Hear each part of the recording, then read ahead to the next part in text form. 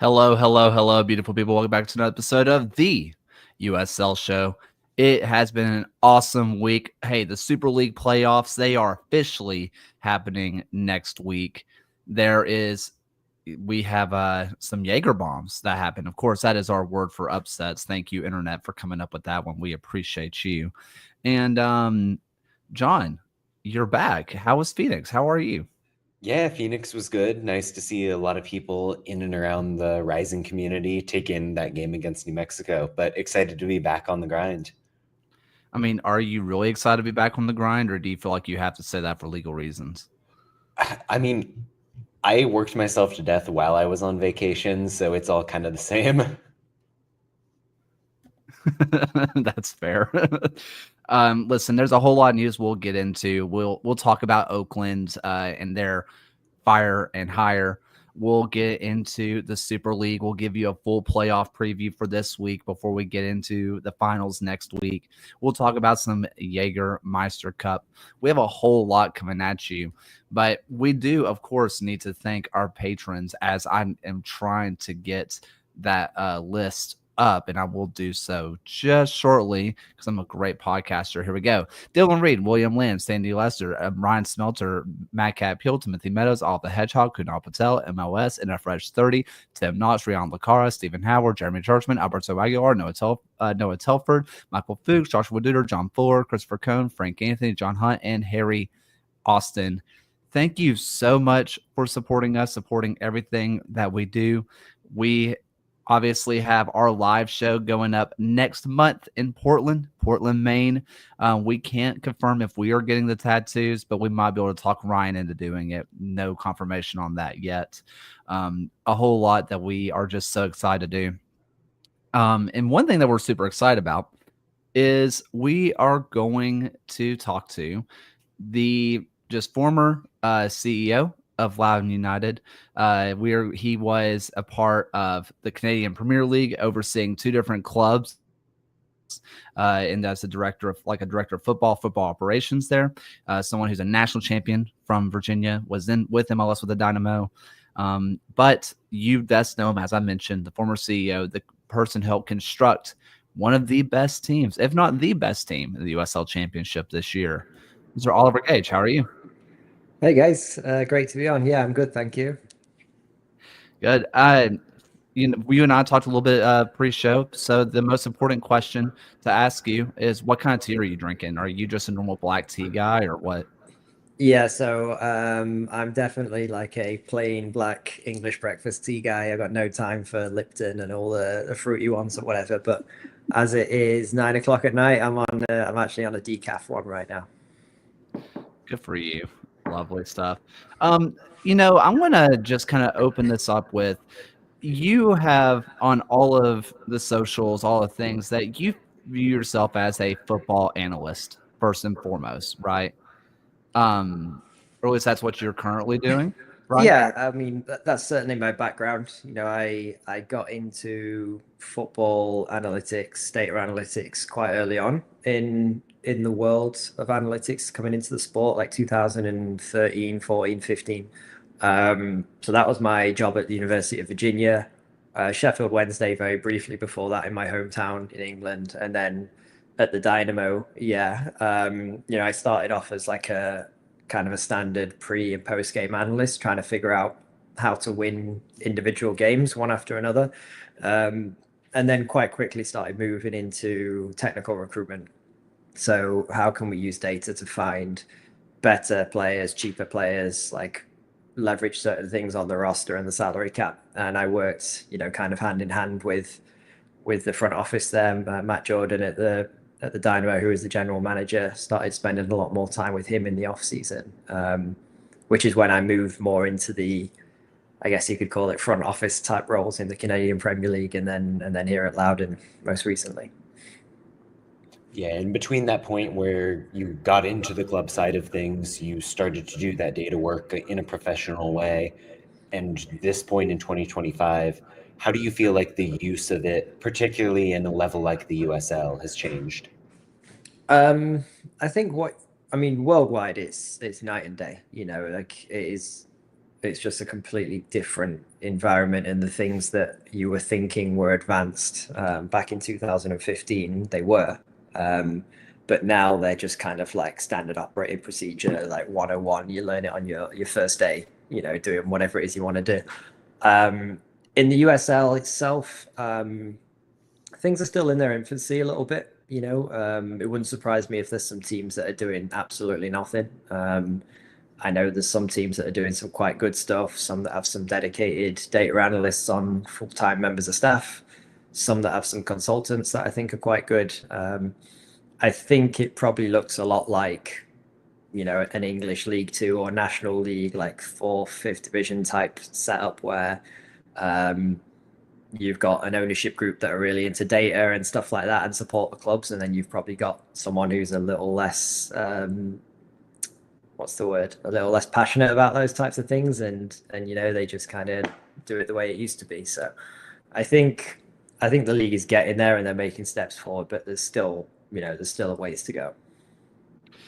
You mentioned in the opening bit about your journey and whatnot, and trying to find ways to win matches and win match after match after match and all that kind of stuff.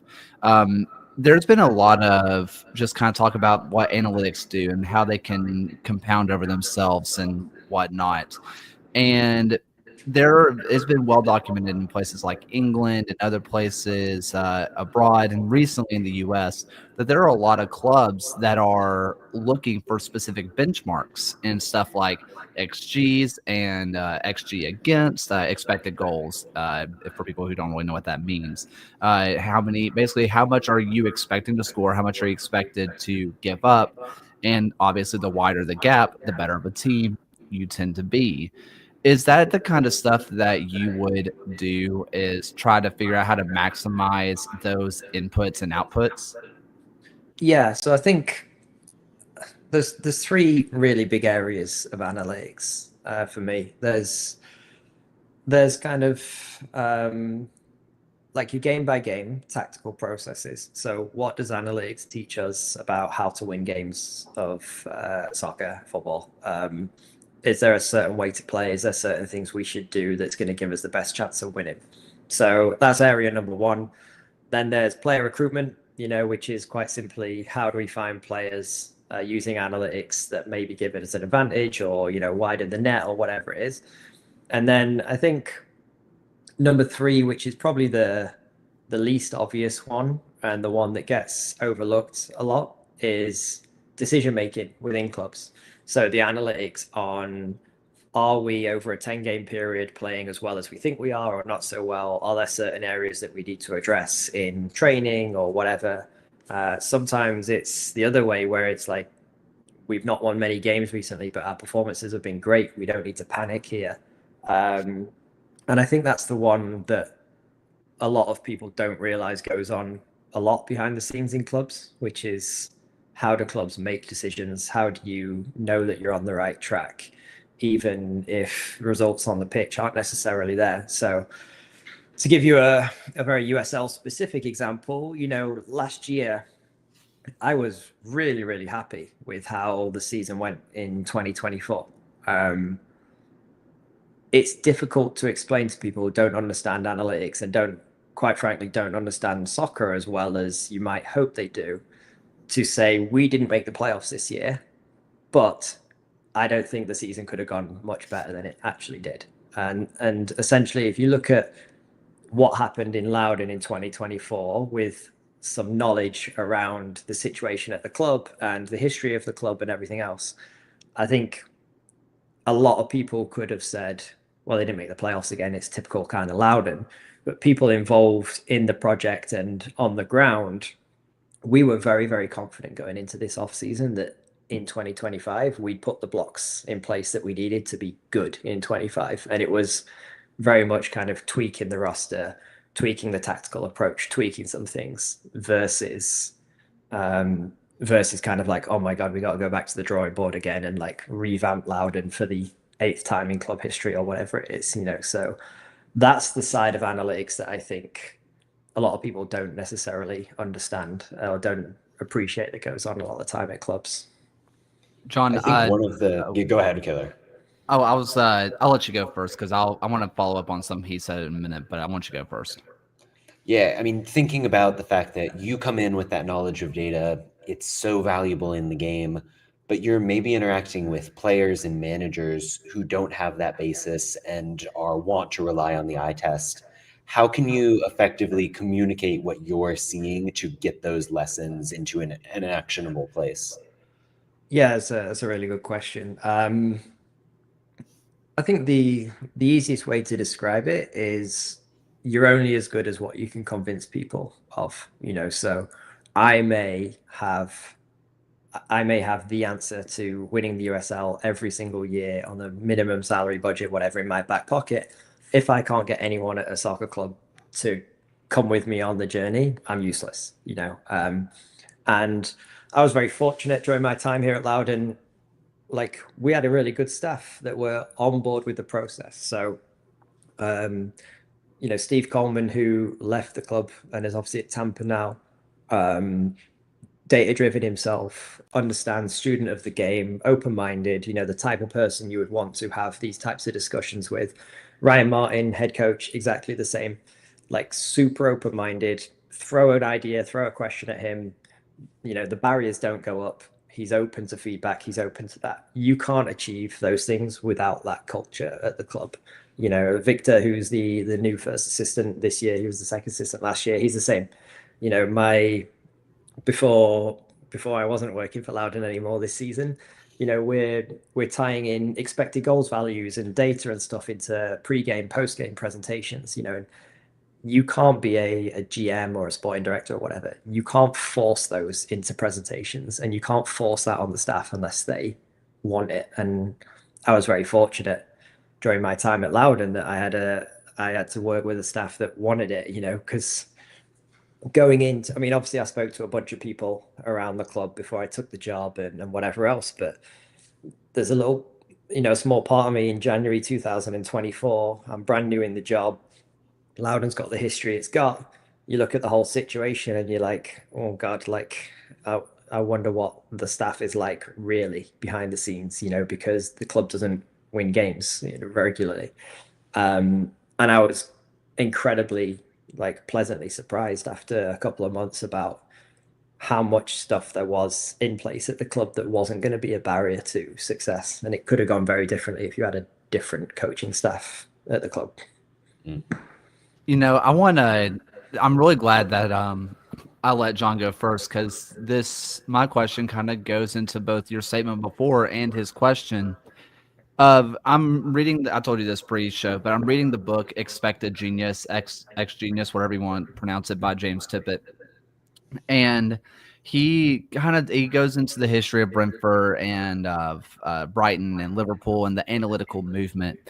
And he was talking about how in the championship, Warburton, who was the manager before Thomas Frank, that Brentford were massively overperforming. They were in third, just on top of the playoffs. They were getting ready for promotion, but everybody in the front office was telling Warburton, "Hey, you're overperforming. We need to bring in different players. We need to sell different players. Like we need to make changes because we are massively overperforming." He said, "No, we have good guys here. We have a great locker room. If we bring someone in, it can mess it up. If we let someone go, it can mess it up." And eventually they fall out of the playoffs. They fall to outside the playoff spots like the XG table would tell you they would. How do you balance that talking to a coach or talking to a player of, hey, we're overperforming right now? And if they say, but it's because we have momentum, we have good guys here. How do you balance that conversation? Yeah, that's a great question, and it's tough. You know, I believe confidence is real, and I believe that the way you've played previously in the last few games affects the way you go into a game. As a bang average semi-pro player back in England, a failed academy player, and a player out here, I know confidence is real, and I know it affects your game. But I think there's probably a little more weight put in the power of confidence and momentum and all that stuff than the truth. So it's probably somewhere in between the two. Um, the art in the art in implementing analytics and having this approach is finding ways to connect with different people and different personalities and approach them the right way. There's absolutely some players and coaches that you probably don't mention anything and you pat them on the back and tell them like, yeah, just keep doing exactly what you're doing. And there's some coaches like the guys at Loudon, for example, Ryan, Steve, Victor, Jack, the goalkeeper coach, Jack Stefanowski. Those guys would have heard that conversation and heard that opinion and been open to it and been very reasonable about, expectations and everything else. Ultimately, it falls on someone in my position to weigh all that information up and figure out whether we do need to go out and recruit new players or whether we just kind of whatever. Again, I keep mentioning the staff. I was very fortunate that we were on the same page, and we did a great job of getting on the same page early, which makes life a lot easier when you're working for a club, because I've been in situations where that doesn't happen, and it's very, very difficult. Yeah, and I think that point you were making about confidence and balancing that in is an important one. And pivoting that into the idea of player recruitment and scouting, how in a position like you were at Loudon, where you have plenty of resources, but it is a little bit difficult to know every single thing about a player, how can you balance the numbers with what you're seeing with the eye test, what you're hearing from other people in terms of a player's personality? Yeah, I mean, USL and America's a huge country, but it's a very small ecosystem. There's no one that's brought into the club that we don't know something about, or we don't know someone who's played with them. When you've got like Tommy McCabe on the roster or Drew Skundrich or, those types of people, it's like you're only six degrees of separation, but it's like 2 degrees in USL. You're only ever one text message away from knowing a guy who knows a guy. So certainly on the domestic front, you know an awful lot about what you're going to get from a guy. And I'll give you a perfect example. Ben Mines, who we signed this year, who's been excellent in my opinion. And this is also to do with how to recruit players effectively and whatever. We had a very specific need in the squad for someone that is quite quick, runs in behind, works hard defensively, and most importantly, I think, is really coachable. Ben became available to us, and it didn't take very long at all for us to realize that he had absolutely everything we needed. Very, very quick, probably quicker than people realize. He is technically good, but I think most importantly, he's a absolute diamond guy. Brilliant guy. No one's got a bad word to say about him. Made 4 or 5 phone calls to previous teammates, coaches, whatever, and we knew straight away that he was a guy that we wanted to be at Loudon, the type of person you needed in the locker room. Ryan could work with him. So that's just kind of an example of where, if you look purely at his analytics in previous seasons, you might not be like, oh my God, Ben Mines, we got to get him. He's going to be a 5-goal, 5-assist guy for Loudon this year. Mm-hmm. But knowing what we knew, like I said, we were quietly confident about our season. Knowing what we knew about A, where we were, and B, how good we thought we were going to be and what we needed in the squad, Ben was an absolute home run for us. We couldn't believe he was available, and it was a real success story for the club, I feel like, so far this year. Here's a question that comes into the chat. What are your thoughts on Abukara's performance so far this year?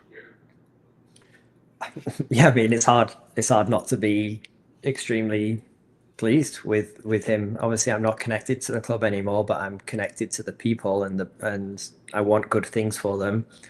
I don't want to be the guy that comes on a podcast and just gives all the kind of corporate, everything's good all the time, PC, yeah, it's great, life's good. But one thing that we had, I think we'll probably get into Loudon's turnaround a little bit more, right? But one thing we had at the club was an incredible locker room, incredible, especially this second year. And Bushi is, sorry, that's his nickname internally. Bushi is the epitome of a Loudon guy, focused, not arrogant, got a little bit of pomp about him, but rightly so, in the exact right way you'd want it. Again, when you looked at him last year, it was a couple of things we worked on in the off season, like a small tweak to his game that we like, actually some analytics stuff that we knew that if he just changed this one thing and started doing this couple things a little bit more, he'd be an incredible player. And what you're seeing is basically the evolution of someone with an incredible amount of potential and just needs a tiny switch in the way they're playing the game a little bit.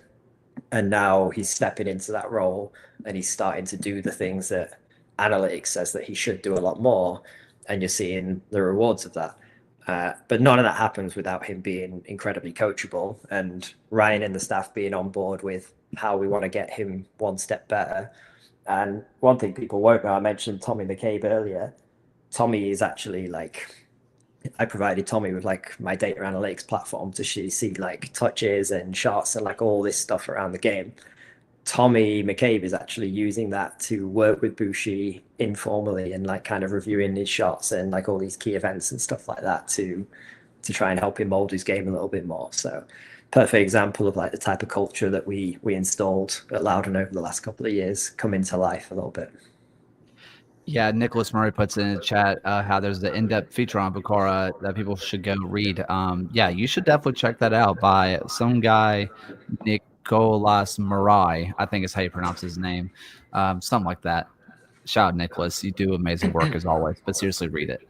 Another player that really came into his own after going to Loudon, and I don't think he's going to mind me saying this. I know good and well he is a film and analytics rat. I know he gets into the weeds. That's Hugo Faru. When he was at Charleston, it was tragic at times, like how things were going. There was just a lot of bad stuff kind of happening at the club at the time. Nobody could get it going. And while he was a very good guy, it just felt like he was on the wrong side of a lot of goals and maybe a few mistakes. He was arguably the best goalkeeper in the league last year, arguably the best goalkeeper in the league this year. What made you confident in what he can do, and how did you feed into his strengths? So first of all, I would agree with a couple of the statements on there. You know, like Hugo is a top USL goalkeeper. And I'm not just saying that because he texted me good luck 10 minutes ago before I joined on the show. He's a top keeper and he's a top pro, you know, so talk about someone that owns his own game, owns his own development. Like you said, he's an analytics rat. He's always on Y-Scout or SofaScore, whatever, looking at all this stuff, even to the extent that what a lot of people probably don't know about the start of last year is it was a little bit bumpy for him the first kind of 8-10 games of 2024. He was injured. He was playing with a pretty significant injury and playing through it. And I Is think that when he broke his fingers, by the way? Was that when that one was? Yeah, I saw his so he tape. was he was hurt for the front. first start. And, you know, like it's not like things were hitting his hand and going in because he's got a broken finger or whatever, but it, especially as a goalkeeper, I think it really affects you. And I remember being on like the little shuttle bus when you land from the airport that takes you to the terminal, being on there early last year, and he didn't know me very well at the time, and he kind of approached me on the little shuttle bus on an away trip, and was like, Ollie, what's going on? Like, I'm seeing that I've conceded 3 goals more than I should have based on the data or whatever. And we had like a brief chat about like kind of like the stuff we were talking about, you know, like don't hit the panic button, you know, like let me dive into your data a little bit, let me look at some things. You know, and he worked his way through it. And obviously the second half of the season, he was incredible, and he's had a great start to the year this year. In terms of talking about his strengths, I mean, he's probably the best keeper in USL with his feet, I think, or very, very close to it. And you put him on a team that is probably the best team in the league at playing out from the back, you know. So talk about like the perfect marriage of the perfect keeper for the perfect system. That's what you do here, that you recruit players that fit the way you want to play. And if you do it well enough and consistently enough, you end up with a roster of 18 players who all perfectly fit the system. And that is essentially how you win with analytics. You know, if we had a goalkeeper that wasn't really great with his feet, but could launch it, you know, from the edge of his box to the edge of the opposition's box, okay, cool. But you also have like Zach Ryan's really actually quite good in the air, but like you also have like a 5'11". He might kill me for that. He might be 6 foot, 5'11" striker. Like we should go and get like a 6'4", like bulldozer up top if we're going to do that. So you have to just find people that fit the way you want to play, and just keep going at it and keep going at it. And with turnover in the USL, it only really takes 1.5 off seasons to almost revamp your entire squad. Luckily, we didn't really have to do that as drastically in Loudon, but I think it's like the 80-20 rule. Like 80% of the gains come in the first 20% of what you're doing. If you just do the basics well, you can get yourself a long way there quite quickly.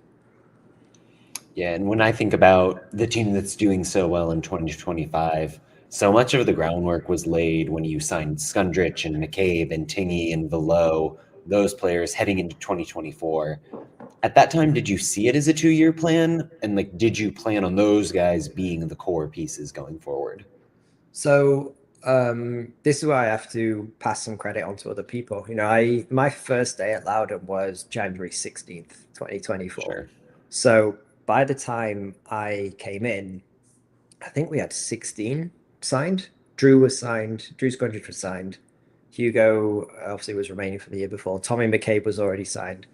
I think my first year I signed Jaeger, Keegan Hughes, Riley Bidouin, and then Bushi mid-season.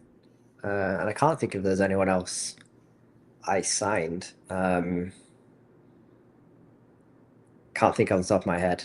Johnston mid-season, maybe? Yeah, Izzy obviously mid-season. Anyone after January 16th, essentially. Sure.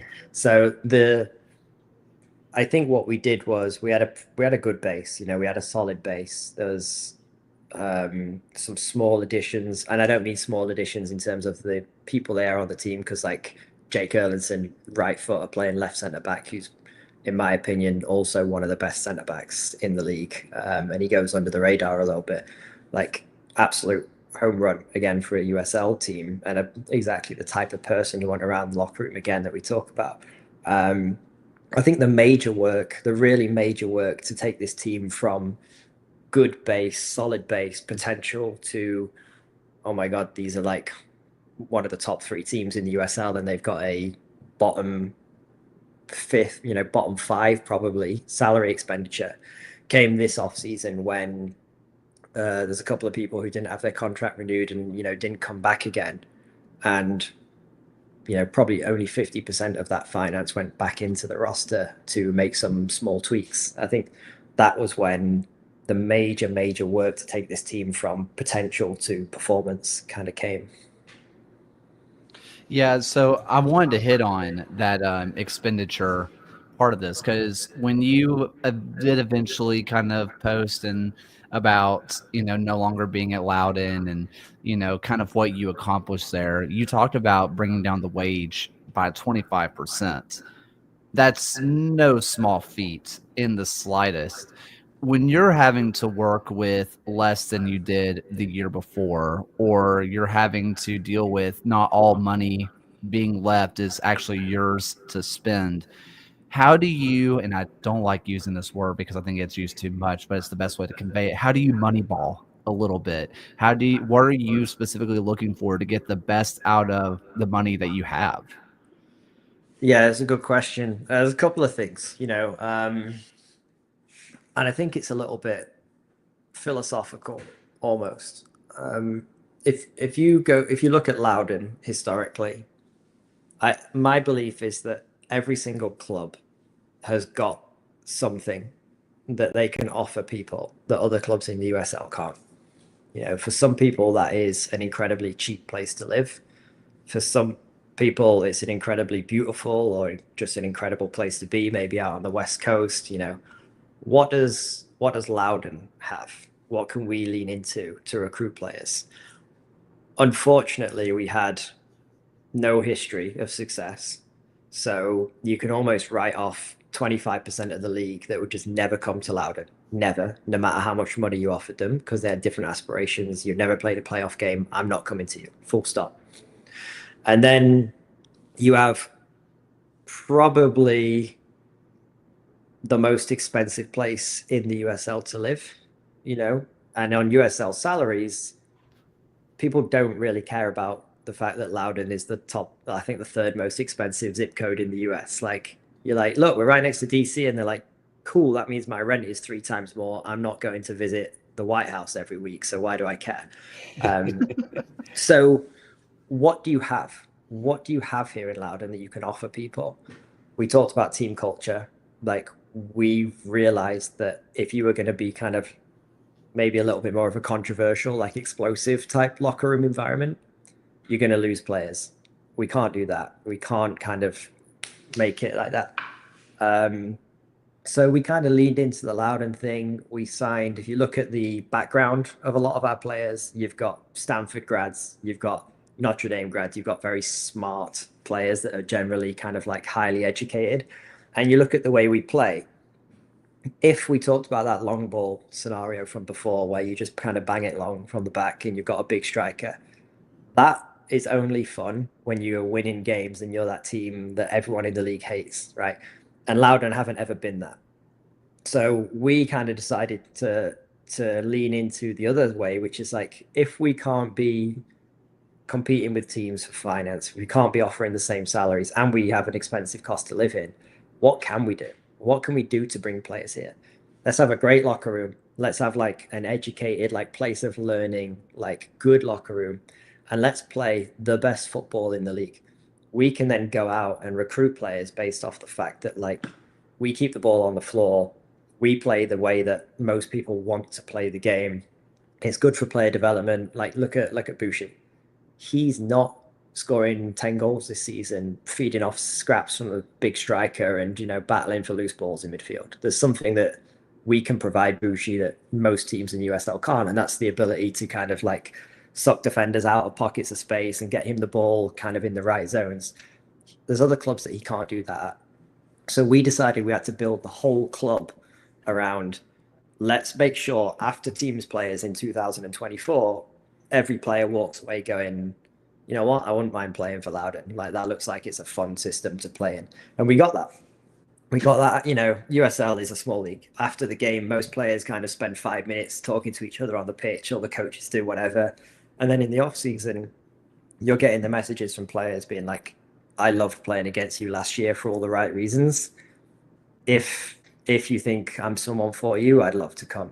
And I think for the first time in Loudon's history, it became, I call it a destination of choice. Like, it's a club that people actually wouldn't mind being at, versus what we used to call the Loudon tax, which is like, yeah, I'll come to Loudon for 10 extra grand because I don't want to go there, and that is, unfortunately for Ryan, the situation that he found himself in through no fault of his own for the first 6 years of his tenure at Loudon. Yeah, you mentioned Ryan in particular. What is it that makes him such a good coach in this league? I mean, he's someone we've talked about positively for years at this point, but what is it that makes him so special? So he's obviously got a background in trusting the youth, partly from being a college coach, partly from having to be that at DC United and their relationship. But I think he genuinely does as well. Like, you look at it last year and this year, there is no pressure on him to play DC United academy players anymore, and he's still playing young players, So I think that's the way he wants to coach and what he believes in. And belief is powerful. We talked about confidence earlier, but belief is as well. As a 19, 20-year-old, like someone like Bushi last year, having a coach who genuinely wants to give him minutes as a 19-year-old in USL is quite rare,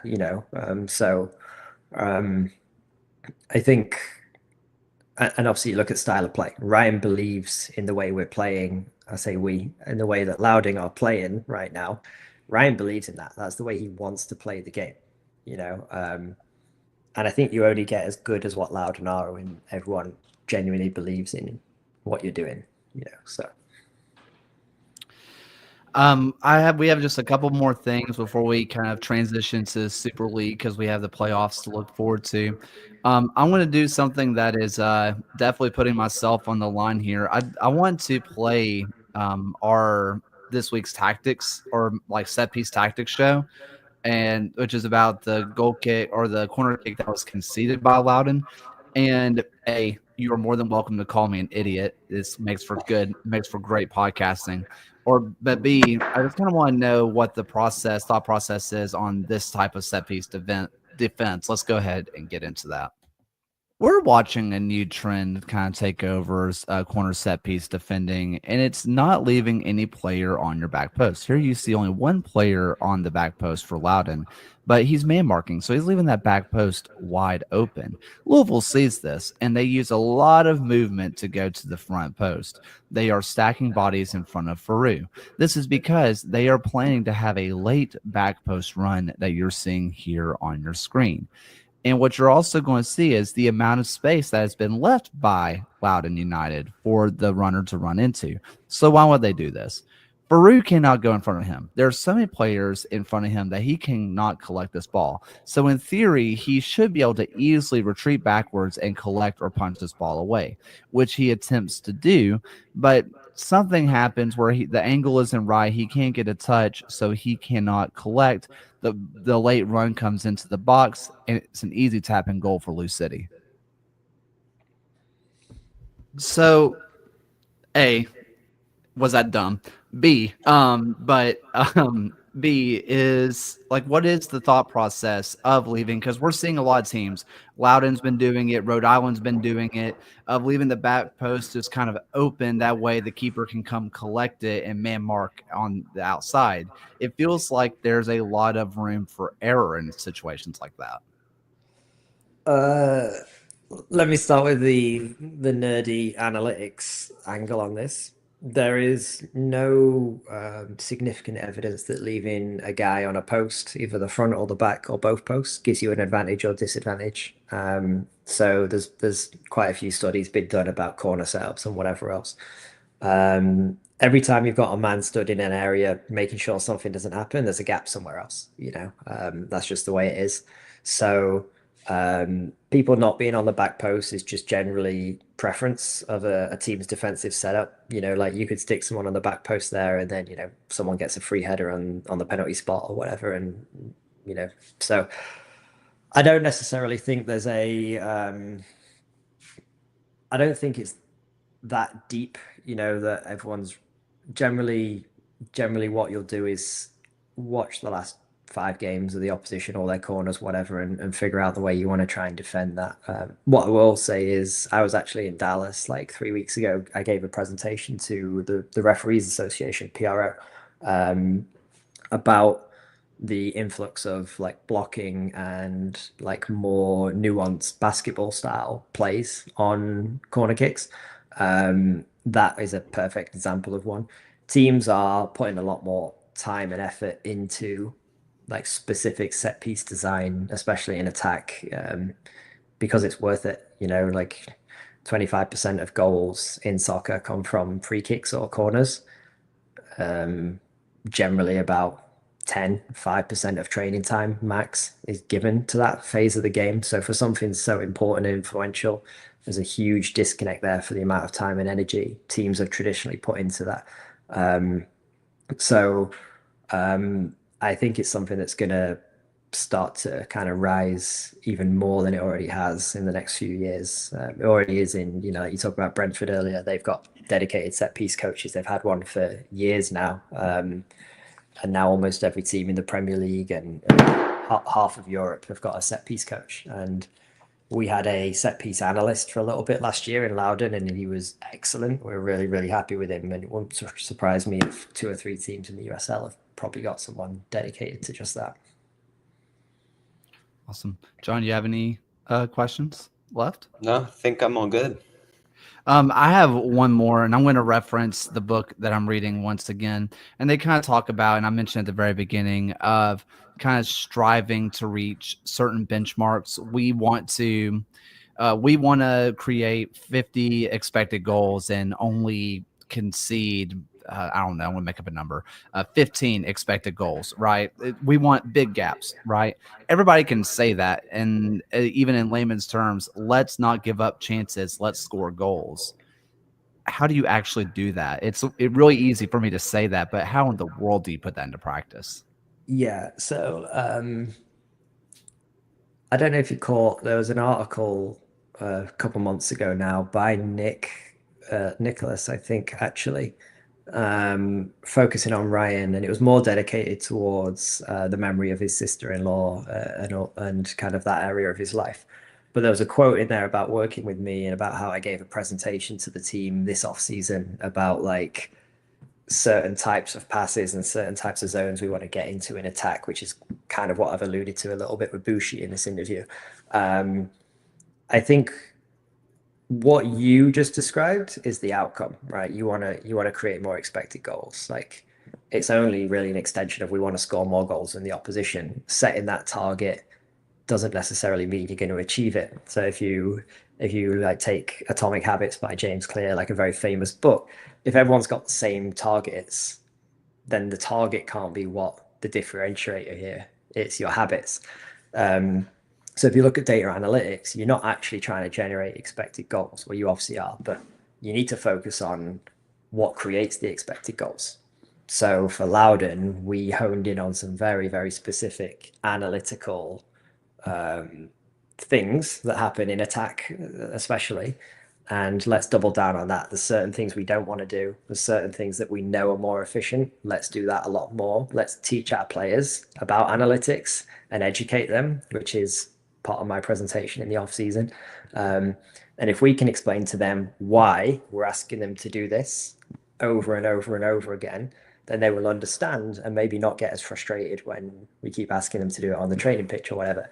And the more you can hammer that home, you eventually mold a team into being a very efficient team, and you're creating the type of chances and making the type of passes and stuff that creates better expected goals. And conversely, defensively, can we squeeze the team into the opposition team into areas that we're happy with them being in and make them do things that we know aren't very efficient in terms of expected goals? If we can focus on the process, then the outcome, which is expected goals and actual real goals, will come shortly after. So take a step backwards, like, and look at the process of creating expected goals. Awesome. Thank you so much for hopping on, by the way. I know we kind of talked pre-show about if you wanted to stay on or not. We are going to transition to the Super League, so if you want to stay on and just kind of talk ball, you can. Or I know you said you had kids, you just put them in bed. If you want to go to sleep, we totally get it. But whether you decide or go, we do want to finish this up like we always do. What when you're not into the weeds of football, when you're not getting into everything super deep down, like what's on your TV? Are you reading anything? Are you watching anything in particular? Show, movies? Like, what are you doing to kind of unwind? At the moment, not a lot. I'm trying to sell my house and trying to figure out what's happening next. I'd mentioned Loudon being the third most expensive postcode in the country. There's not an awful lot of financial runway when you're not getting paid by people for much longer. So at the moment, I'm all in on whatever's going on next. I'm not really having much personal leisure time. When I do have a little bit more runway, I watched the first season of The Last of Us probably 3 months ago. I watched like Game of Thrones 3 years after it came out. Like I'm always behind on everything, to be honest with you. So it's a very all-consuming job. You know, you don't get much hobby time. I think if I had the choice of what I could do in a totally guilt-free day, I would probably hit the golf course, enjoy a round with some buddies, have like 6 or 7 gin and tonics, and then hit the bed at like 7 p.m. or 8 p.m. So that's it for me. I'm a simple man these days. You know, the days of having 10 hobbies and whatever kind of evaporate when you have a 2 and a 4-year-old, unfortunately. Fortunately, it's a great reason to not have much time, obviously, but you know what I'm saying. Just wondering, are they much of TV show kids? Like, what is their show of choice? My son's into Octonauts at the moment. Don't know if you've seen it. Sure. But Bluey's big in our house. Classic. Obviously, there's like one of the Bluey episodes actually is about them selling their house. It's right at the end of one of the series, and ever since the for sale sign's gone up in the garden here, it's been a disaster. But yeah, Bluey's big in our house, and it's fun. I can get into Bluey as well. Blue is a Love good it. one. Really good Yeah. one. I talk about that with like the kids I teach all the time. They're like, "We love Bluey." That and what's the other one? Dog Man, I think is what it's called. They love that one. That might be a little too old for your kids, but it's coming. Yeah, believe it or not, because of Bluey, I actually learned how to floss the other week, and I can now do the floss because there's an episode where the grandma and the grandpa on it floss, and they my kids couldn't believe I couldn't do it. So I spent like an hour learning how to floss so I could walk in the room and do the floss. It was very fun. There we go. There you go. I love that. Never stop learning. Maybe just not about the Never things you stop thought it would learning. be. Well, let's go ahead and move on to the Super League. Ollie, thank you so much for hopping on. Again, whatever you want to do, totally cool with us, but we are going to transition really fast. So we have the Super League, and the playoffs are here.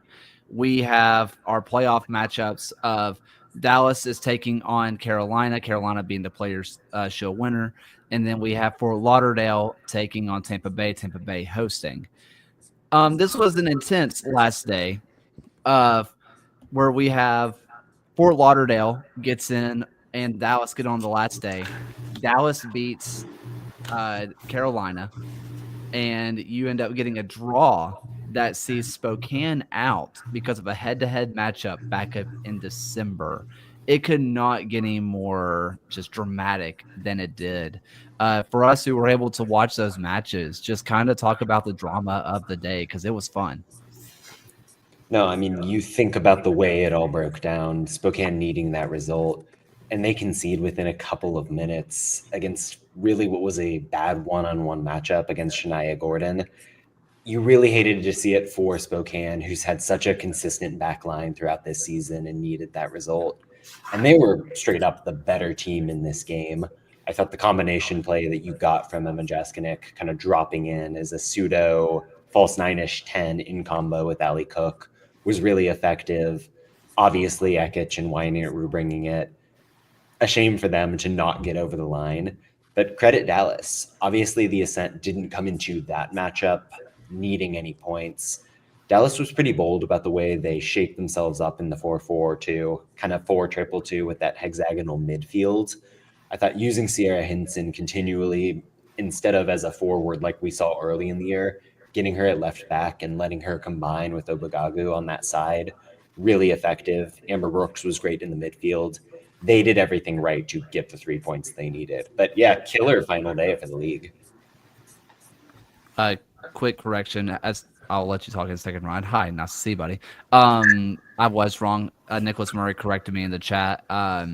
It is Carolina versus Fort Lauderdale, Tampa Bay versus Dallas. I forgot that Dallas jumped up to 3 despite being outside the playoffs before the day began. Absolute insanity. Ryan.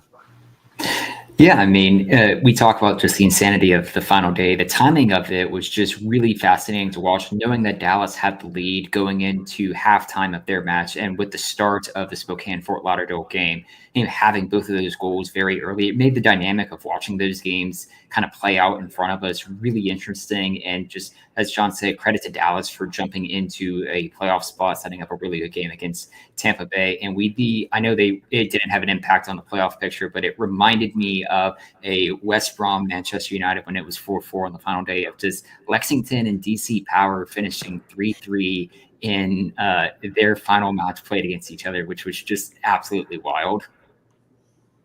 Yeah, DC missing a lot of players to international duty. Lexington finally gets a little bit of scoring, just finally able to do it. And you were happy for Lexington fans. They finally get a result. DC Power kind of had their turnaround a few weeks ago, but you're really happy for Lexington to see what they can do. Oliver, I want to ask you a quick question. And it's all about we talked to Super League President Amanda Vandervoort last week. It was a really fun conversation. The one thing that stood out to me, though, is when I talked about the playoff picture, she said consistency. That the league being split up into two different splits, it was all about consistency. The most consistent teams won.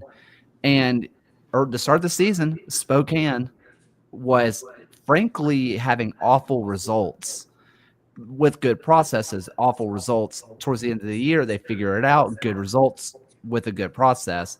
But the very last day, it comes down to a 2-1 loss in December. You mentioned it earlier about how Loudon missed the playoffs, but you still felt like it was a good season. How would you feel, going into a situation like Spokane's in, where they had good processes all year long? It didn't work early. You're out because of a head-to-head matchup tied on points. How would you kind of reconcile with something like that? Yeah, I think it's really hard to take the emotion out of it. And obviously the time is a good healer, as they say. You have to try and take the emotion of one game out of it defining your season, so um, if I can flick really quickly back to a scenario I'm much more in tune with, like you could look at Rhode Island on the men's side from last year, incredible playoff run, like, all of that. But would you say Rhode Island were the second best team in USL throughout the last 34 games last year, or whatever it was? Like, they were good, but probably not. They got hot in the playoffs, but ultimately a team is as good as the amount of points they rack up, and then the playoffs are a little bit more of a lottery. Um, and that's why we felt the way we did at Loudon, because we knew our underlying numbers over the course of the season were much better than our league position, and we were confident we were going to be a playoff team this year. So same thing over on the women's side. You have to basically say, especially if you've had a poor start to the year and a really strong second 2/3 or second half, you can go into that off season now saying, like, over the last 20 games, over the last 15 games, we're a playoff team. We're fine. Don't hit the panic button just because we lost on the final day and got punished by our first 8 games ever in existence, when everyone was figuring out exactly what we are and who we are as a team. I don't think we've got too much need to panic here, so that's probably a scenario where, like I said, analytics maybe helps, maybe it doesn't, or just kind of like looking at it quite logically. Everything should be fine heading into next year, because over the last 20 games, we've been fine. We've been great. So let's focus on that.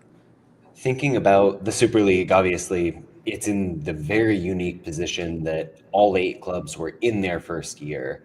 Would taking over an expansion team and really trying to build everything from the ground up be appealing to you in the future? Yeah, I think it would. I think sometimes an expansion team is easier than taking over a team that's existing with some existing problems. You don't have player contracts, staff contracts that are complicated.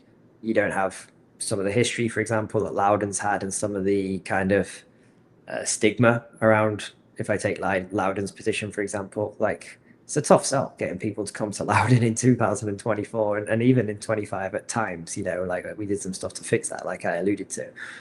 An expansion team is a clean slate, but what you do also have is the uncertainty there, where you are trying to sell something that doesn't exist right now, and players are a little bit wary of that. Well, I don't know the coach.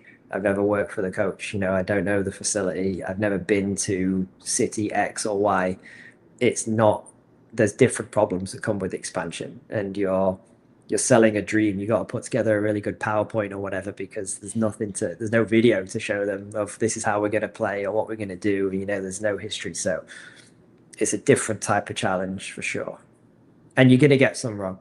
Like, if you're putting together a 20-person roster, you're not going to hit all 20 out of the park. Like, no one in the world does. So it's not necessarily like, great, we got 20 shots and we're going to get 20 right and win the league. Like, you're going to hit, if you do really well, you're going to hit on 13 or 14, and it's just inevitable. There's only so much due diligence you can do. Well, let's look at these playoff matchups in particular really fast. As the Tampa Bay Sun, I want to start off with the 2-3, and that is Tampa Bay Sun versus Dallas Trinity, where the Trinity, they have Allie Thornton, Golden Boot winner. She is a certified goal scorer, but we've seen Tampa Bay be a complete team all year. long, the way they press, the way that they are able to just kind of attack teams who try to build out from the back. This feels like it should be a really tough task for Dallas, arguably a more tough task than if they would have maybe drawn Carolina, whom they just defeated. John, what do you see in this matchup? I think it's fascinating because of what you just said about Tampa Bay. It's been the consistency. They've had the vision, that really kind of hard grinding physical style from day one. It hasn't always worked out for them, but there's something to be said for trusting the process. And Dallas, they took a little bit of time to get hot. They had a great kind of winter into the break stretch. They can be explosive. But they've got a bit of versatility to them. I've mentioned up top that shift into the back four as of late versus the more 3-5-2 that they were running for most of the season. How those factors combine against one another, a team that is so malleable and has a lot of depth versus the singular vision of Tampa Bay, I think is what makes this such a compelling matchup. For me, I lean Dallas. I just trust what they've got with the midfield. I think Thornton has been terrific up top. But this of the two games feels like the more interesting one, in my view. Ryan, how do you feel? Yeah, if you turn it over on, I guess the Dallas or the Tampa Bay side of it, this is a Tampa Bay Sun team who has beaten Dallas a little less than a month ago after this match. It's going to be very interesting to see how they match up. When they had met in their 4 meetings this year, all of them were under 2.5 goals, and they were very close together. This Tampa Bay team has only lost twice here in the spring season, so we talk about having that momentum to carry them into the playoffs. It's going to be very interesting to see how they match up, and I really think just having the home field advantage is going to play a role in this match as well, that I lean more towards the Sun to get this win. Oh, I'm going to ask you this question for both sides, for both teams before. You got to head out. So no, it's okay. You can ask it, and then I'm gonna dip. So don't worry. Okay, yeah. Thank you for hopping on again. This will be the 5th time both of these teams have played against each other. 5th time. How do you make changes to play against a team who you have played 5 times in one season? Yeah, it's tough. I think Loudoun and Louisville are going to get close to that this year. True. But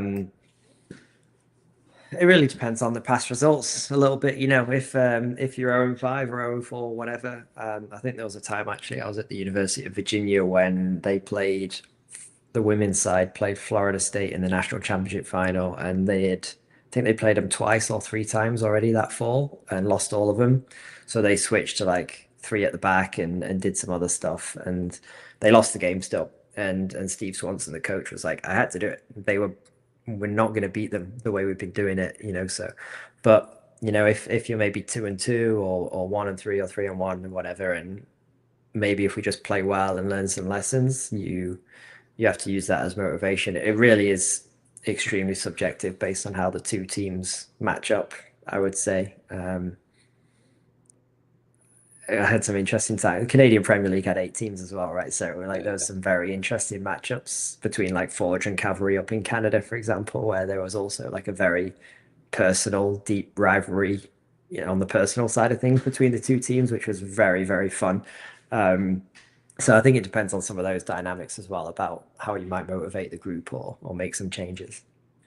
Awesome. Hey, Oliver, thank you so much for hopping on. We really appreciate you sitting down and chatting with us. You're an absolute blast, and we seriously cannot wait to see where you end up. I was going to mention to you before show, but I want to just go ahead and mention it to you now. When you guys played Birmingham earlier on this year to start the season, I had at least 2 different players tell me just all the amazing things that you do, and they could not speak any more highly of you. So you have a lot of people who really care about you and love what you do. So we cannot wait to see where you end up. Awesome. Well, whoever they were, please thank them, and thank you for your kind words. Working on it. I'm excited to hopefully help another USL club one day. We'll see what happens next. Awesome. Thank you, Ollie. Thanks, guys. Appreciate your time. I appreciate everything you do. It's sometimes it's a thankless task, and you maybe don't get as much recognition as you should. So congratulations on everything so far. Appreciate it. Thank you. See you guys. So, yeah. I mean, he's awesome. Truly. So, also, I mean, listen, we've gotten in our last 2 interviews, we have gotten just things I just could not, did not expect. Like Amanda Vandervoort learning how to use TikTok, hilarious. Oliver Gage learning how to floss is awesome. So let's look at this because we are running an hour long. We have a few Jaegermeister. I went to translate in my mind. That was strange. To get into as well. Carolina sent versus Fort Lauderdale. Fort Lauderdale has a high flying attack, some interesting midfield and defensive pieces, but Carolina is the best team in the league. Do we think that Fort Lauderdale can go into Carolina and get a result in this one? Carolina's big strength throughout the season has been their structure. It's been the 4-4-2 or 4-2-3-1 for almost the entirety of the year. They've put up very good XG against numbers throughout the season because of it. That's their identity, and I trust them to execute on it. And so what does that mean in the matchup? That means that Fort Lauderdale is probably going to struggle to find Addie McCain between the lines. They're probably going to have a bad time getting those one-on-ones for Gordon and Hamid. If the Ascent can stick to what has worked and make sure that those players who can be so dangerous aren't doing what they do best, I think that's the formula. Like, you trust Mia Corbin or Aguilera or somebody is going to get a goal. That's ultimately how I see this playing out, but it's really easy to distill this into just a couple of matchups that are going to determine things. Yeah, and if we're looking at previous games played, March 2nd, we did have Fort Lauderdale come into Carolina and walk out with a 2-1 win. It was part of that match that helped kind of spur Carolina on to having such a long run of a winning streak that they had through the month of March and April that really propelled them to being the number 1 seed here entering the playoffs. One of the things that really jumps out to me with Fort Lauderdale is they haven't had a match where they scored multiple goals and won the game since March 15th against Brooklyn. They did have that really high scoring 5-2 game where Carolina had won 5-2 in Fort Lauderdale on April 26th. So there are goals within this matchup. 3 of the 4 matchups that they've had this year have been over 2.5 goals. But I really think Fort Lauderdale needs to score twice if they want to have a chance in this one. So if I'm reading the room correctly, we think that Carolina is going on to host the final. I also believe that as well. I believe that this is Carolina's match. So I'm going to ask a different question. Not which matchup do you think we're going to see in the final, but which would be more interesting? Would you rather watch Carolina versus Tampa Bay or Carolina versus Dallas that we just saw? If we're going for the most fun, out of all of these possible matchups, give me Dallas against Fort Lauderdale. Those feel like the teams that have the most explosiveness. In the scenario, obviously Dallas, Carolina, but yeah, I think that Fort Lauderdale and Dallas are the most bang for your buck if you want some magic moments. Interesting. Ryan, how about you? It'd be quite interesting to get a Florida Derby, if you will, for the final, which would just be a really great thing for the league to market. But I think, like we've talked about it previously, you reward the full season-long effort, and I would like to rather see a Carolina-Tampa Bay final. Yeah, I think that if I had to choose between Tampa Bay and Carolina, I think that Tampa Bay is the better team, and I do want to reward that. I like their way they play more, but also I think that Allie Thornton might just pop up with a hat trick at some point during the playoffs, whether it be in the semi or the finals. She's just that kind of player, and you want to see a player like Allie Thornton in the final. That's what you want to see. You want to see your biggest stars in the biggest moments. It seems like that's what the league would probably want in that situation. Granted, Addie McCain and Mead are also just disgustingly good. So, how about some Jaeger bombs? How about some Jaegermeister Cup? We're going to hit these really fast because there's a lot to get through. Where Monterey Bay takes down Spokane. That was kind of honestly a shocking result, all things considered. You would not think it would be, but it definitely was borderline Jaeger bomb cup set, despite what the leagues say. And that was a game where Monterey scores very early. I think Pierce Galloway off a set piece. Yes. And then Spokane puts up 25 shots and somehow doesn't get a goal. Like, the Velocity may have lost that game, but they looked really good in the way they broke down a parked bus. Luis Heel continues to be that dude. Granted, this turned into a galvanizing moment for Monterey, who then went on and beat Orange County at the weekend. So I think that's important to note. But if you are worried about Spokane at all, don't be. And honestly, looking at their two remaining Jägermeister matches, you'll have at the end of June a Spokane against Las Vegas, a Las Vegas team who's lost a combined 12-1 over I think their previous 4 or 5 games played, and then Sacramento to end off the group stage. That Sacramento Spokane game on July 26th is one that everyone should be circling for this group. Yeah. This is not quite a Jaeger bomb, but I just kind of want to bring it up where Obregon gets a penalty brace for Westchester, but I'm going to mess it. Carriega? Is that right? Yeah, Carriega?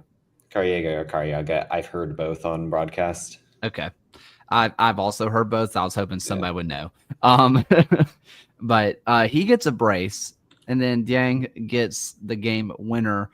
Hartford win 3-2. That one's a fun one. You thought that maybe Westchester kind of had the sauce. Hartford might be turning it around. Portland Hearts of Pine 4-2 over Detroit City. Possibly the upset of the round if you were to purely look at never mind. Greenville is close when you look at league position, but when you look at what Detroit City does, they were sloppy, which you don't really say about Detroit City teams. They don't do sloppy, and Portland not only was not sloppy, they made them pay. And Detroit kind of changing shapes into more of a 4-4-2 in this game. I don't know if it was just motivated by the need to rest some guys or what have you.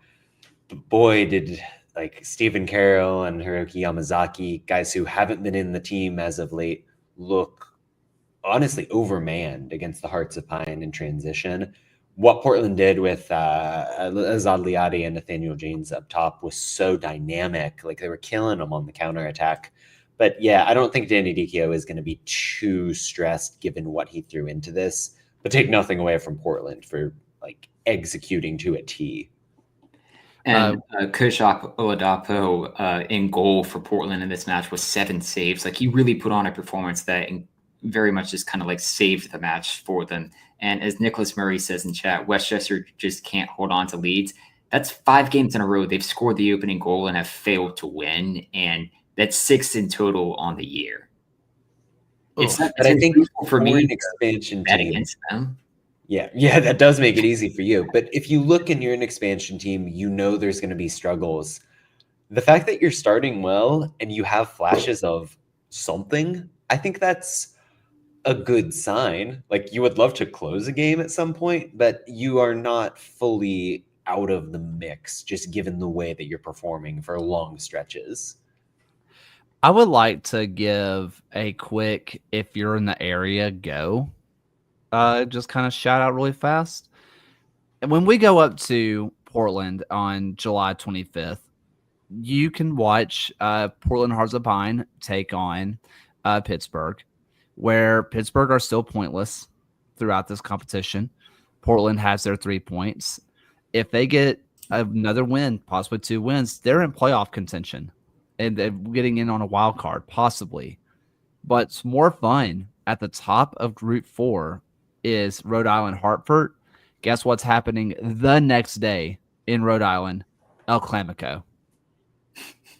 The next day. So if you want to hop on the train and go from Portland to Providence, or are they in Pawtucket? One of the two. Pawtucket, Rhode Island.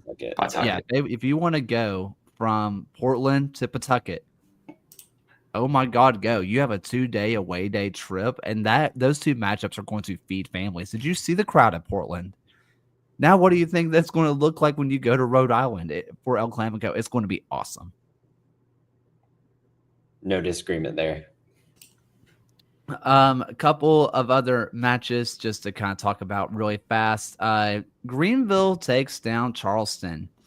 And I'm going to just ask the question because, yes, Charleston comes out in a bit of a rotated lineup. I understand that. Still a very, very, very good lineup. Rotated is you doing a lot of lifting there. Greenville played amazing defensively, but we've seen in both Jägermeister Cups for Charleston, the team that's been sitting in deep and kind of hitting on a quick counter. That's how they've won with Naples. Granted, that's what Naples does. Is that the way to beat this Charleston team? You think about the game against Hartford in the league a couple of weeks ago. Hartford gets an early goal and kind of sticks to that formula. And Charleston break them down, so it's not the golden ticket to beating the Battery. But what Naples and the Triumph have shown is that if you sit in, have those banks of four defensively, they're denying space well, and Charleston can't do what they do best in the open areas, hitting players in the half spaces going from there. Particularly in this matchup, I liked what Greenville did, moving Agyakwa into the midfield, getting Patty into the back line. I thought both players were good on the day, and they brought that defensive sensibility.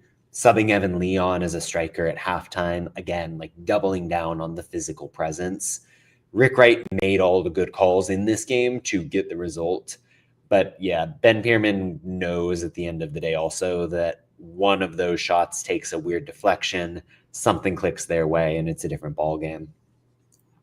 And just looking ahead for Charleston within this group, they have Tormenta and Tampa Bay as their final two group stage games with a maximum of just 6 points left to get in. They're currently 5 points behind Miami for advancing. I'm going to be very curious how Charleston chooses to approach those games. Like this weekend, the Jägermeister felt incredibly pivotal for a lot of teams to decide, okay, do we have a future in this competition? Is this something we still go towards? Or is this we're going to try and start rotating the squad, get our focus back onto the league competition? Because it wouldn't surprise me if Charleston would go out and win these next two games against Tormenta and Tampa Bay. They're teams that they very well can beat. But do they also see it as like, okay, what's the likelihood that Miami doesn't get another point or Naples doesn't win another game in front of us? Do we still kind of go after this competition knowing that we could beat these two teams in front of us? Or is this something that we kind of at least try and refocus our attention elsewhere? John, I'm going to ask you a quick Greenville question. And you mentioned Agyakwa. Kind of going up and playing as the six in the midfield. Granted, everybody in the midfield was kind of playing as the six to try to defend for their lives. So grain of salt. But would you possibly just leave him there over Anguiano, who has been the other side, the pivot to Herrera all year long, but the team looked more together in this match? It's an interesting question because Greenville traditionally always wants to be possessive. They want to be able to string passes together through the midfield. And when you've got Herrera and Anguiano, those are two very technical number eights that can do the job. That's not to say Agyakwa doesn't have some of that passing in his back pocket, but he's fundamentally a more defensive-minded player. Given how the Triumph have been playing, I say roll with it. Like if you find a balance that maybe lets Chapa step up, maybe you can bring Anguiano in late in games and be more tactical and situational about it. That's probably not a bad thing. And more broadly, like if Greenville wants to be a counterattacking side, lean into Leo Castro as a hold-up player, let Zakowski get out in space where he is so excellent taking players on. That might be the better version of this team in spite of what their principles have been historically. So let's go ahead and move on where I'm sorry, Lexington. I truly am. You had a great day versus DC Power. Hey, the League 2 team's doing really, really well. So go watch them. They are a really, really good squad. But we all know this. Death taxes Christian Cheney. Do a backflip, my son, because he comes in and at the last minute of the game gets his brace. Nicholas Firmino, who was our tactics player last week, gets sent off. completely changes the game. The Independents take down Lexington, but this isn't let's laugh at Lexington. This is I want to ask the question about Charlotte and Luis Alvarez, because it's being reported that he's going down to Tampa Bay, and that amazing move for Tampa Bay if that is the case. But can Charlotte keep this up without him? It's a fascinating problem because they lost Alfredo Medense already, and he played against them in this weekend's Jägermeister Cup match. And if you're Mike Jeffries at that point, you think, okay, cool, we still have Alvarez to be that kind of all-encompassing, ball-handling, creative player.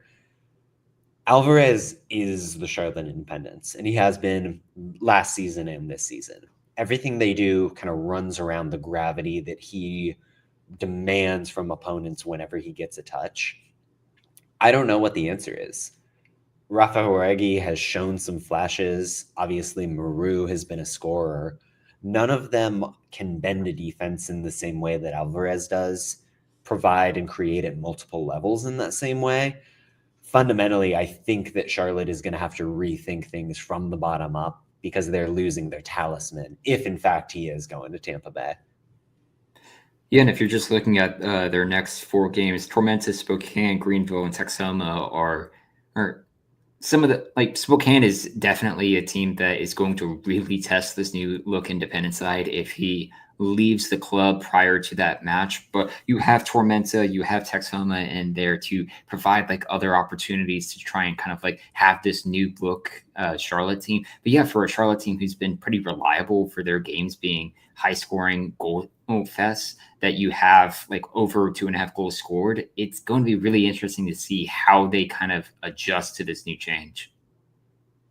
This has nothing to do with anything. I want everybody to go to the Independence or this matchup on Thought Mob and just see the picture of Christian Jamie, because they took the exposure on his photo and just turned it all the way up. Like, that's a lot. That's what you love to hear. And by the way, if you are someone like me who has some real questions about the Independent setup, both of the goals in this game were literally just, what if we hit the ball real long to Christian Chaney up top and see what happens? And Chaney got 2 goals against a USL Championship defense that's been really good. So, hey, hope springs eternal.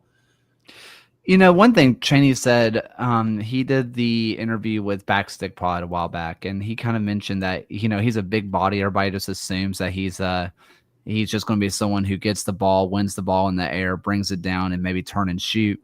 But, you know, he fancies himself technically, and you should. If you're a good goal scorer, you fancy yourself to do everything.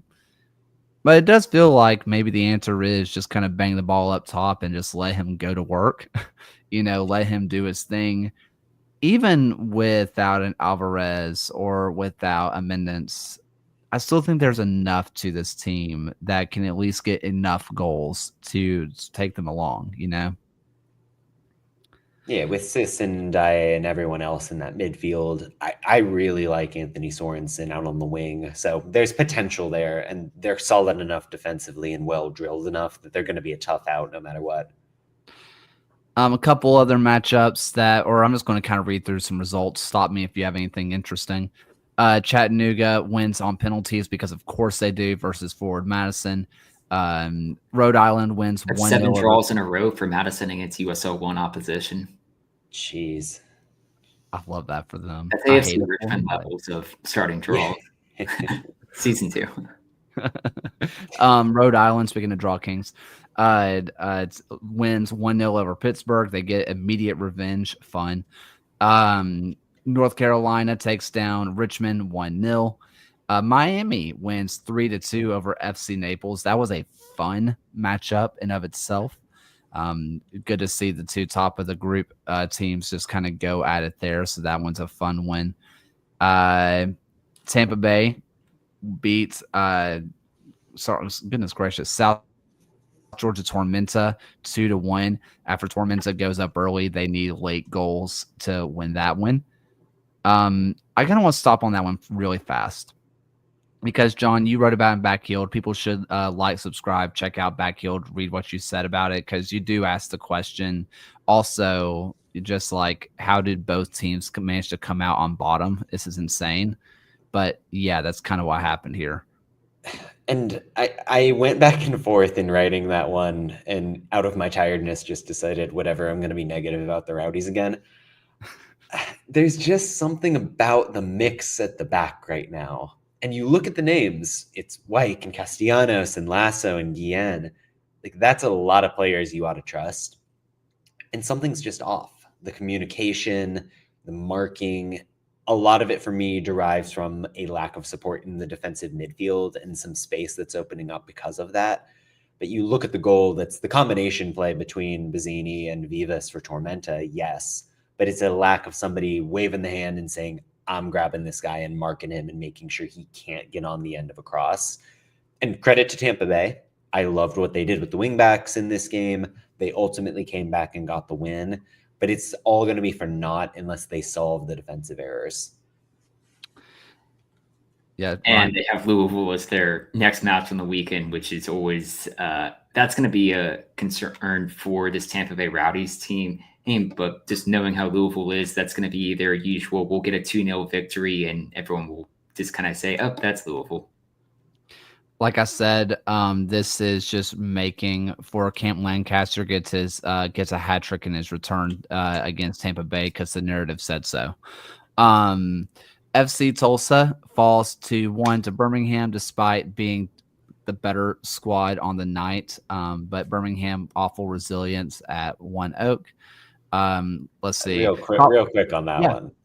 Catching some of the replay, how excited were you to see all of those long balls into Ronaldo Damas just running and doing his thing? It's fun. It was just fun. That is, it was a little bit of what he did at Colorado Springs at times. For sure. Go long, and he's outside of the box, and he's just going to turn and shoot and just kind of do what he does. And it looked a lot like old Damas, and I think that that's a good thing. I think it's hard, and you mentioned on this another backfield thing of how to utilize Trejo and Damas together, and we all kind of thought it would work, but you also want to work the ball into Trejo, let him do his thing. But what does that do for Damas? Are you trying just to work the ball to him? Because if you bypass and say go long Damas, you're leaving Trejo out of it.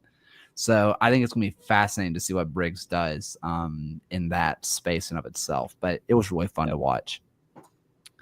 I closed my phone. Oh, Colorado Springs gets a bit of an upset win over El Paso. El Paso drops points. Marco Micheletto, it kind of had to be him to get the goal against El Paso, didn't it? We all kind of felt it happening. We already mentioned Monterey Bay versus Orange County. John, I'm just going to ask you, Phoenix versus New Mexico, 3-3. Phoenix wins. How was it there? Incredible. Like, what a game for me to be at, honestly. Very chippy and very physical throughout. I thought the tactical battle was fascinating. Phoenix kind of coming out and using Hope Avievu to man mark Getty and Zelalem. There are some layers to the defensive setup as well. And Dennis Sanchez figured out, okay, we're just going to create combinations out wide and work around that man marking, find a number of early chances. Later in the match, Phoenix kind of had to start going longer from the back because they just kept turning the ball over. These are two teams that have now met, I think, 3 times this season. It's a kind of a Loudon Louisville thing. So they know the kind of the plan A, B, and C. And the fact that you got to watch them try to find that extra level, figure out that edge was awesome. The penalties were unreal. Patrick Krakowski stops the first 3 that he faced, and you think, okay, sweet, game over. And then Phoenix starts choking. You can feel the nerves. Ultimately, they pull through. But yeah, awesome environment. And kudos to everyone at Phoenix who was super gracious having me in there. So yeah, good times. Seeing Rakowski just kind of become penalty saver again, Like that's kind of what he made his name off of, was just being really good at saving penalties. And he's just kind of back to doing that. Really fun to see a guy who you thought his career was reserved to being a GK2, maybe a GK3. Granted, when you have Rocco Rios Novo in front of you, it's easy to figure out why you'd be a GK2. But Rakowski's taken most of his chances and might be the most interesting storyline going on in Phoenix right now is the resurgence of Rakowski. Yeah, we got to talk to him in the post-game presser, and he is a fun guy to hear from because he's the embodiment of like German blunt answers to every single question. So yeah, the more Patrick Rakowski's success we get, the better. Ryan? No, just that it was a fun match to watch late night here on the East Coast as well. And glad that you had a good time at the game. Sacramento kills Las Vegas because, of course, they did. Yeah. And then AV Alta win 2-2 via penalties versus Oakland Roots, which does see Gavin Glinton out the door and sees, and I'm going to mess up his name, Benny Philiber take his place. Not too often you get fired and a new hire all within roughly around 14 hours of each other. But it happened. Obviously, this was not just we're getting rid of Glinton right after AV Alta, even though it might appear that might have been the straw with how fast Benny was announced. That's that. I want to give AV Alta their flowers, of course, but they've been really good all year long. What do we think about this Oakland decision to get rid of Glinton? The results just simply haven't been up to snuff for Oakland. They're in 11th place in the league right now. Their underlying numbers, the expected goals and goals against, are truly dismal. They've lost to lower division clubs 3 different times now, once in the Open and then against Spokane, in addition to Alta in the Jägermeister Cup. That's just not what you wanted to see. Oakland came into this season talking up the potential of maybe we can go on and get a home playoff game. And they really put value on this moment in 2025 because it was the move to the Coliseum. It was that ability to get tens of thousands of people seeing the Oakland Roots play, and you want to put the product out that's going to win them over and keep them coming to these games. Is the responsibility fully on Glinton that it hasn't turned out? No. I think there were some really odd decisions in terms of how this team was constructed. Very dense on central defenders, tons of wingbacks, nothing in the midfield. They sell Johnny Rodriguez days before the season. There wasn't a vision for what this unit was going to look like in practice. And I think that's why you saw Glinton change the formation and change the style after about a month. Will Feilhaber be the guy who can lead the improvement? I think there are signs that point to a yes. A lot of experience for him with SKC2 and playing with younger sorts of players. That's valuable for a program like Oakland that has Project 510 and can leverage the younger talent. Feilhaber also comes into that changing room and he has a name. Like if you have followed American soccer for the past decade, 20 years, you respect the experiences that Feilhaber has had. Having watched a real little bit of his MLS Next Pro coaching tape, it seems like he's got a pretty positive style. What stood out was he really knows how to coach a defense and keep it organized, which I think is paramount for this Roots team. So yeah, I've been going on too long, but I think this is a fascinating situation on what's gone wrong and really the importance of this moment. And I find it fascinating that their first match for a possible new manager bounce is coming up against an El Paso team who almost seemed kind of like a mirror image of what Oakland is going through right now. You had a team that was underperforming that made a midseason coaching hire to bring in a name that people either know from the coaching ranks or it's just people are familiar with within U.S. soccer, that El Paso, it took a little bit of time last season to try and get things started under Wilmer Cabrera, but by the end of the year, it was starting to click, and you see how this El Paso team looks like right now. That I do expect it to take some time for Phil Haber to have a opportunity to really kind of turn around and work with this Oakland team, but he's going into a very exciting market. He has the Coliseum to as his new stadium, and like we all mentioned that he has the U.S. men's national team kind of caps to his name. I was at least looking into it. Can you guys name the two other USL connections that have the same number of caps that Feilhaber has? They both have 40. So the number of caps they have is 44. So they are current players. Juan Agudelo doesn't have that many. Juan Agudelo, no. For men's national team caps, they are current players in the men's national team squad, or at least have been called up within the last 2 years or so, have the same number of caps as Feilhaber. Oh, current USMNT, so not like a current USL guy. Oh, boy. I was saying they have USL connections. Yeah. Tyler Adams. Yep, that's one. The other one is cheating. It's Timothy Weah with the Brooklyn. That's a good one. I like that. That's fine. And the funny one throughout all of this is they all have the same number of caps as Greg Berhalter. Let's go. GGG. So I just want those out there because I want to be excited about Oakland, but when you look at the underlying stats, and again, hey, today's a full analytics day. Look at us go. When you look at the expected results in terms of the expected for and expected goals against, Oakland has the case of being the worst team in the league. And how much of that is Glinton? If I'm being really honest here, maybe Glinton should have been asked to move on in the offseason. He was an interim. Maybe it was time just to kind of cut ties and let go and just try to start the new era. They bring in players. They bring back Green. They have Hackshaw, who's good. We all love Camden Riley on this pod. This is a Camden Riley podcast. Sinistera's a good player. Prentice has been really good. We all know about Panos. But those players, and they just bring in Maury Donor, but he was brought in a couple days before Clinton was fired. What was he supposed to do? They didn't surround him with talent either. There are talented players, but realistically, with the squad he has today, what changes could he have made to even get them close to a playoff spot? Because I don't see much. You're talking to the wrong person in a certain sense, because I picked Oakland to finish last in the West. Like, I didn't believe in the vision for this team.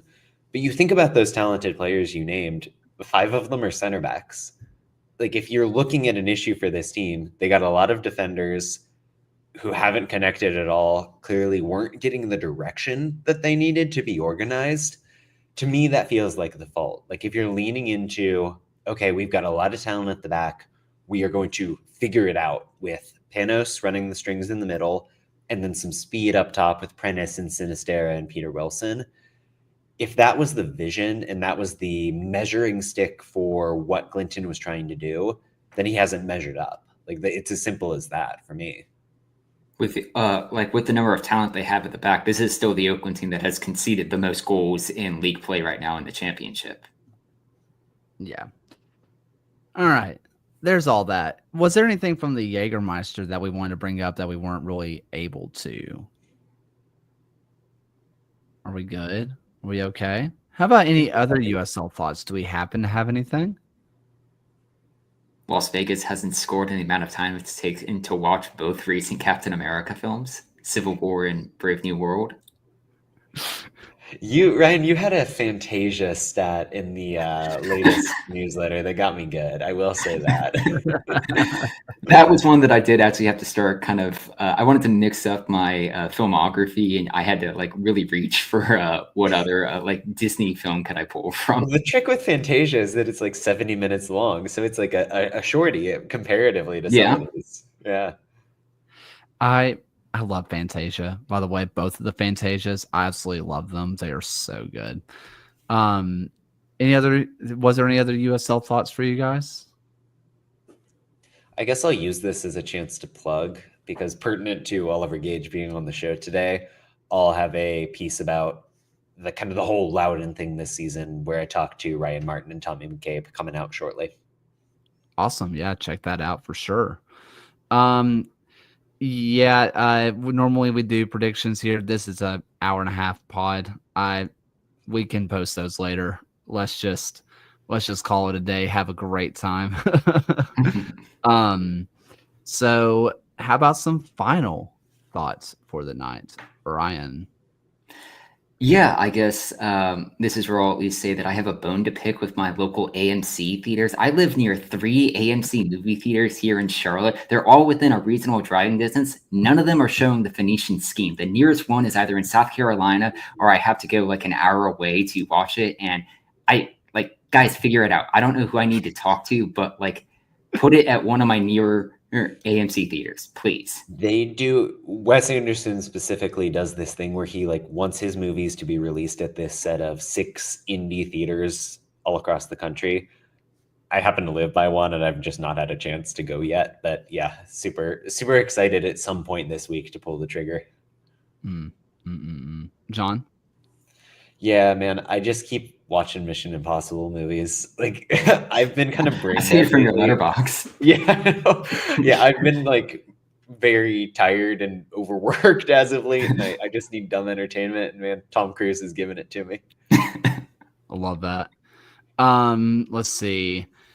I had a couple of fun things. Let's see. Oh, tomorrow. I still haven't decided. I say I haven't decided. I'm almost certainly going to go to the Rickwood Classic, which is the baseball game that's at Rickwood Field. They did it last year with MLB, oldest ballpark in America. Well, the Birmingham Barons and now the Rocket City Trash Pandas, they are going to be playing against each other there. I did it when Rickwood turned 100. I haven't been back, and it's been almost 10 years now, I guess. It's been a long time. So I'm very excited about that.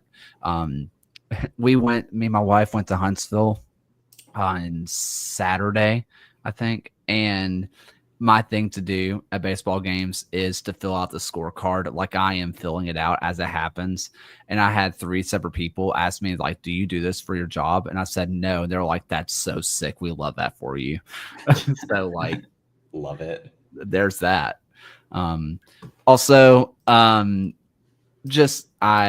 You know what? No, I'm going to keep it to myself. I'm going to be a good person. Wow. I want to be a good human being. That's who I am. I have a slight feeling I know where that was going, but I'll hold probably. that. But yeah. Hey, and if the listeners do too, and if you don't, that's okay, because it should stay that way. But yeah, thank you all so much for listening. We do appreciate you. It's a long show. Go give Oliver a lot of love. Lots of good stuff, lots of good content out there to consume. And thank you for choosing our show to consume. Thank you all so much. And here's Alan's voice. Thank you for watching another episode of the USL Show. The USL Show is now proudly part of the Protagonist podcast family. Please go to protagonistsoccer.com to check out more work. Thanks for stopping by. We'll see everyone again next time.